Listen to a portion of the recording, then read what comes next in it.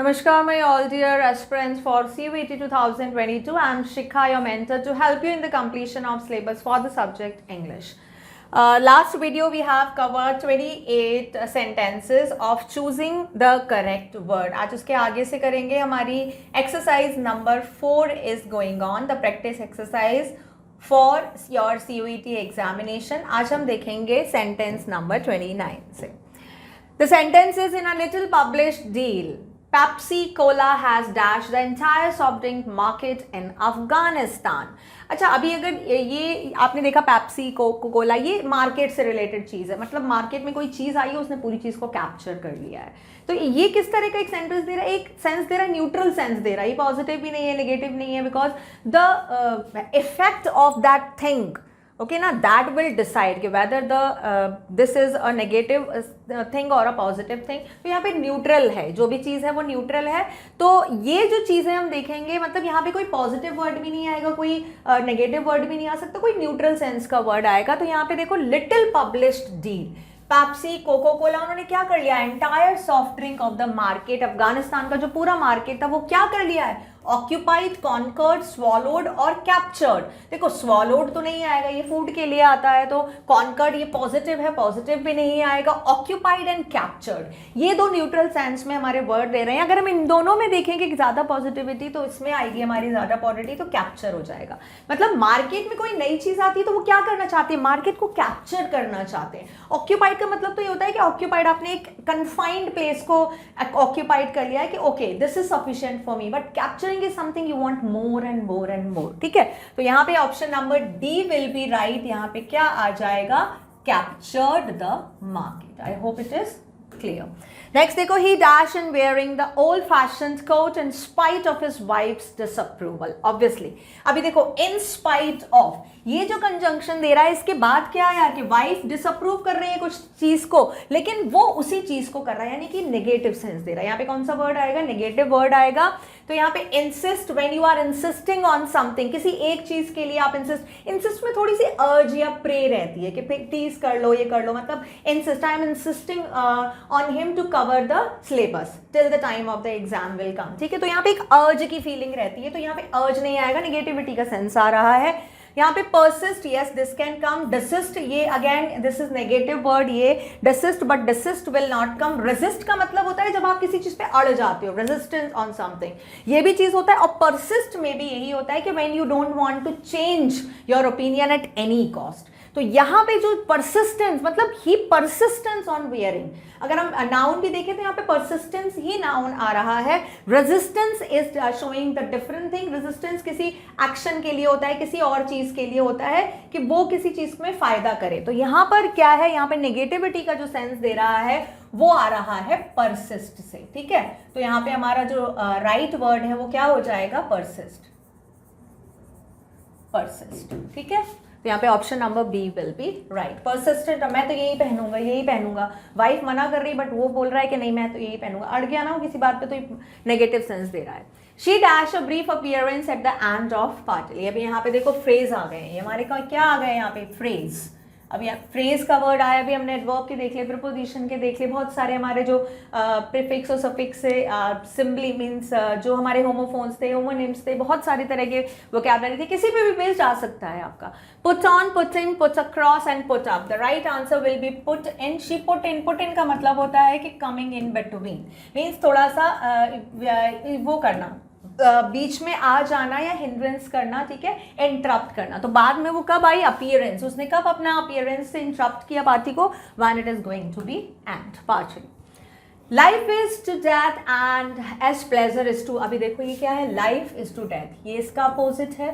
तो यहाँ पर हमको प्लेजर इज टू, एक तरह से ये आपके एनालॉजी का सेंटेंस लग रहा है ना, एनालॉजी. तो प्लेजर का जो हमारा क्या होगा? लाइफ का अपोजिट डेथ. तो प्लेजर का जो हमारा अपोजिट होगा दैट इज पेन. सिंपल. यहाँ पे आ जाएगा पेन. ये सारे पेन से रिजेंबल करते हैं, बट यहाँ पे जो अपोजिट होगा राइट, वो pain. The machine is difficult to build dash easy to maintain. अब देखो यहाँ पे कौन सा कंजंक्शन आएगा? यहाँ पर क्या आ रहा है? Difficult to build but easy to maintain. एक तरफ नेगेटिविटी आ रही है और एक तरफ पॉजिटिव सेंस आ रहा है, तो जो नेगेटिव सेंस और पॉजिटिव सेंस को दोनों को एक साथ लेकर आता है दैट इज conjunction but, तो option number A will be right. Next is if you work beyond your capacity you will naturally feel, obviously बहुत ज़्यादा beyond your capacity अगर आप वर्क करोगे तो कैसा फील करोगे, समथिंग नेगेटिव, तो नेगेटिव वर्ड आएगा यहाँ पे। ड्राउजी, नींद आएगी आपको, टायर्ड यस हो सकता है, कॉन्फिडेंट नो ये पॉजिटिव हो गया, गिडी नो ये भी नहीं होगा, यानी कि ड्राउजी या तो नींद आएगी आपको या क्या होगा यू विल फील टायर्ड। तो यहाँ पे क्या ऑप्शन आएगा, अब ज्यादा काम करोगे तो क्या होगा, आपको थकान होगी। अब जरूरी थोड़ी नींद आए, थकान तो कैसे भी हो सकती है, जब watch some TV, spend some time with the children, read some work, तो यहाँ पे tiredness will be right. If you persist in telling lies to me, I shall sue you dash slander. अभी देखो यहाँ पे भी persist आया है, telling lie, keep on telling lie, keep on telling lie means you are stick on something that is not good. वहाँ पे persistence का एक habitual भी चीज़ होती है, जबकि habit होती है, आप हर चीज़ में persist हो, you are not ready to listen to anyone. अब यहाँ पे दिया गया है कि तुम मुझसे continuously जो है झूठ बोल रहे हो, I shall sue you. sue का मतलब होता है some legal proceeding, ठीक है, means I can take the help of the legal authorities then if you will not stopping doing thing. Slander is called blame, किसी भी चीज़ को defame करना। so यहाँ पर preposition, right preposition we have to use. if you persist in telling lies I shall sue you, and यहाँ पे आएगा for slander. for slander मतलब मैं तुम्हें परेशान करने के blame में के आरोप में मैं तुम पे legal proceeding कर सकता हूँ। His father-in-law dashed him up in business. Again, put, made, built और sat. अभी यहाँ पे ये फ्रेज है, ये हमारा किसका क्वेश्चन है, ये फ्रेज का क्वेश्चन है। जो फ्रेज होते हैं सेट अप, सेट अप का मतलब क्या होता है, मीन्स ऑर्गेनाइज, या उसको सेट कर दिया, मीन्स उसको क्या कर दिया, means now the future is secure, now we can do in that work profession. Next is dash works of reference are valuable as Encyclopedia Britannica.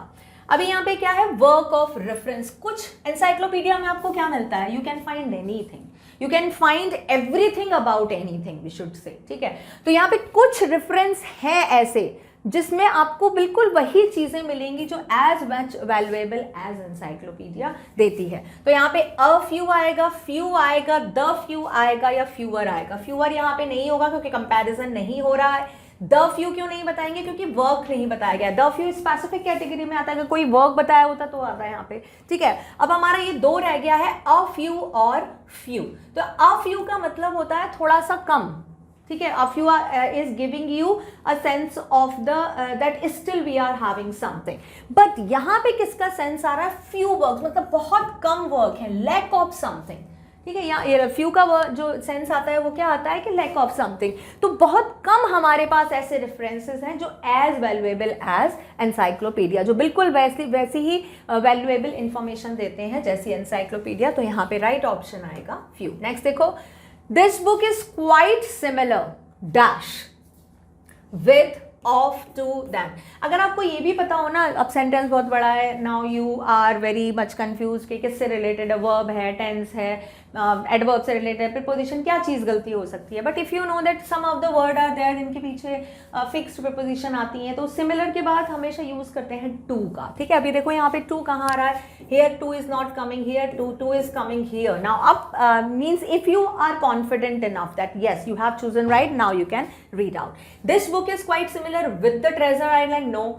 Of that film we saw, no. Then a story, then तो आ ही नहीं सकता, comparison हो ही नहीं रहा है। तो यहाँ पे क्या हो जाएगा, option number C will be right, to the one read last week. Similar के बाद preposition to. Next is, if our friends are not able to take us in their car, we must make dash arrangements to go to the airport. दूसरा arrangement करना पड़ेगा। तो दूसरे arrangement में हमको alternative, alternate, another या possible. अभी दूसरे में जो सेंस दे रहा है पॉसिबल तो सेंस नहीं आ रहा है। एनदर, एनदर का मतलब दूसरा, यानी कि कोई दूसरा तैयार है। एक है ऑल्टरनेटिव, मतलब इसकी जगह ये यूज कर सकते हो, तो दिस इज मोर स्वीटेबल। तो एनदर नहीं आएगा क्योंकि रेडी नहीं है कोई दूसरा, आप कोई भी चूज कर सकते हो। अब यहाँ पे देखो, ऑल्टरनेट एंड ऑल्टरनेटिव। ऑल्टरनेट का मतलब क्या होता है, यू आर टेकिंग टर्न के alternate this then that alternate, so many things are there, you are taking turn, ठीक है। Means you are means there is a possibility that each and everything you will come once, हर चीज को आप एक एक बार जरूर आओगे, टर्न बाय टर्न। ऑल्टरनेट का मतलब ये हुआ। ऑल्टरनेटिव का मतलब क्या होता है? चॉइस, ठीक है। तो यहाँ पे जो चॉइस का आपको सेंस दे रहा है वो कौन दे रहा है? ऑल्टरनेटिव। ऑल्टरनेट का मतलब होता है टर्न, ठीक है, ऑन टर्न्स। तो यहाँ पे किसका सेंस आ रहा है आपको? क्या अगर हमारे फ्रेंड ने अपनी कार नहीं दी तो हमको कोई दूसरा अरेंजमेंट ढूंढना पड़ेगा, यानी कि अब आपके पास चॉइस है। We must make the alternative arrangement to go the airport. ये आपकी चॉइस है कि आप एयरपोर्ट कैसे जाते हो। तो यहाँ पे जो राइट ऑप्शन है वो आपका क्या आ जाएगा? Option number A.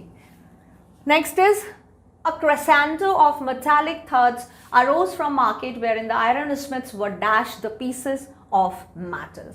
अब यहाँ पे क्या पूछा गया है? यहाँ पे आयरन मास्टर का जो एक्शन है, मतलब आयरन मास्टर जो वर्क करता है वो किस तरह का वर्क होता है, उसको क्या बोला जाता है, वो यहाँ पर राइट वर्ड आपको चुनना है। वो क्या करता है? वो फ्लैटनिंग करता है। Flattening is called when you are only flattening the things. तो सिर्फ फ्लैटनिंग तो नहीं करता कि कोई चीज़ अगर एम्बोस हो तो उसको फ्लैट करना मार के, उसका तो बहुत काम होता है, वो तो मोल्ड भी करता है, ठीक है। तो ये नहीं हो सकता है। स्ट्राइकिंग, हाँ स्ट्राइकिंग करता है, मारता है। हैमरिंग, यस हैमरिंग भी करता है। थ्रैशिंग नहीं भाई, थ्रैशिंग ये सही नहीं है, ये this word is not related with iron master.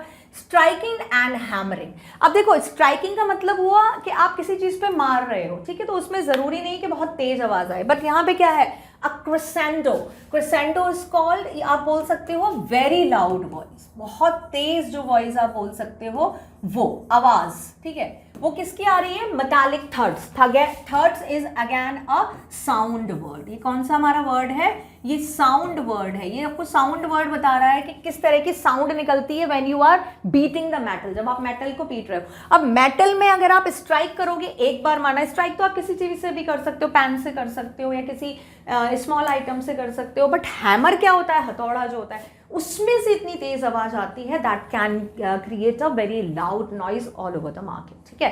तो यहाँ पे आयरन मास्टर जो वर्क करता है वो किस चीज का वर्क होता है? उसके जो एक्शन है उसको आप किस वर्ड से डिफाइन कर सकते हो? दैट इज कॉल्ड हैमरिंग, ठीक है। तो यहाँ पे जो राइट ऑप्शन होगा वो क्या होगा? हैमरिंग। ऑब्वियसली यहाँ पे कोई साउंड वर्ड, ये सारे साउंड वर्ड हैं आपके, तो यहाँ पे साउंड वर्ड में स्ट्राइकिंग नहीं आएगा। कौन सा साउंड वर्ड आएगा? Hammering. I haven't eaten an apple dash along, why haven't eaten, कौन क्या है भाई? ये है आपका प्रेजेंट परफेक्ट टेंस, ठीक है। अब यहाँ पे क्या पूछा है वो देखते हैं। From, since, for. जहां पर भी आपको सिंस और फॉर दिख जाए आप समझ जाओ कि फॉर और सिंस में से ही पूछा गया है।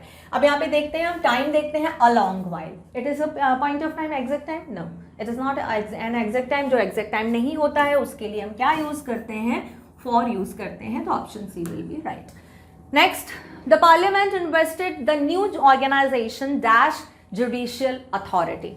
पार्लियामेंट ने एक नई ऑर्गेनाइजेशन बनाई है जुडिशियल अथॉरिटी के साथ, थ्रू नहीं, मतलब उसमें पार्लियामेंट भी रहेगी, ठीक है, और जुडिशियल अथॉरिटी भी रहेगी, मतलब दोनों का ही उसमें क्या होगा? प्रेजेंस होगा। तो बाय नहीं हो सकता, बाय भी अकेले का सेंस दे रहा है, फ्रॉम भी अकेले का सेंस दे रहा है, थ्रू भी अकेले का सेंस दे रहा है। जो राइट ऑप्शन है वो विद का मतलब क्या है? इंक्लूजन ऑफ बोथ का सेंस दे रहा है। Next is, owning to the power cut in the area, factories are being forced to dash man। ये किसका क्वेश्चन है यार? आपका फ्रेजेस याद करना भाई अच्छे से आप लोग, ठीक है। Throw away, put off, send off और lay off. Send off it's not there, भेजना। थ्रो अवे नहीं, put off, throw away man के लिए कैसे आ सकता है? पुट ऑफ नहीं, यहाँ पे आएगा ले ऑफ। ले ऑफ का मतलब होता है आलसी बना देना। भाई जब लाइट चली जाएगी तो क्या हो जाता है? We are useless, we have become और यूजलेस। हमारा काम ही नहीं होता, लाइट चली जाती, कुछ बचता ही नहीं करने के लिए। अगर फोन चार्ज नहीं है तो बिल्कुल ही we are idle. Now next is, man must dash to stop pollution. Pollution किससे करते हैं हम? ऑपरेट करते हैं, एक्ट करते हैं, ऑपरेट करते हैं, परफॉर्म या बिहेव। बिहेव से तो नहीं होता हमारा पॉल्यूशन, ठीक है। ऑपरेट, कोई चीज अगर आप ऑपरेट करोगे उससे पॉल्यूशन होता है, but operate is not concluding और this operate is not collaborating so many things। Operate यहाँ पे सेंस दे रहा है सिर्फ मशीन का, एक चीज से रिलेट कर रहा है, तो सिर्फ मशीनों से तो पॉल्यूशन नहीं होता, बहुत सारी अलग अलग चीजें होती हैं। Perform is giving a positive sense. यहाँ पे एक्ट में आपके सारे ऑप्शंस आ जाएंगे. If you are means polluting the environment physically by living in the same area, water pollution, noise pollution, by the machine, radio carbon active, बहुत सारे जितने भी हैं वो सारे इस वर्ड में आ जाएंगे. So option number A is right. He was sent to the prison for his dash. उसने क्या किया है? sin किया है, crime किया है, vice या guilt.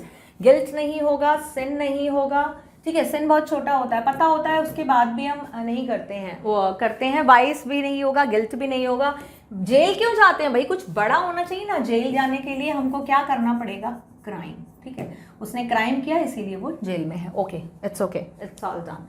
So 45 sentence series was there for choosing the correct word. Now next video will be based on I think something is there related with this CUET. I have prepared for that. So I'll meet with the next video.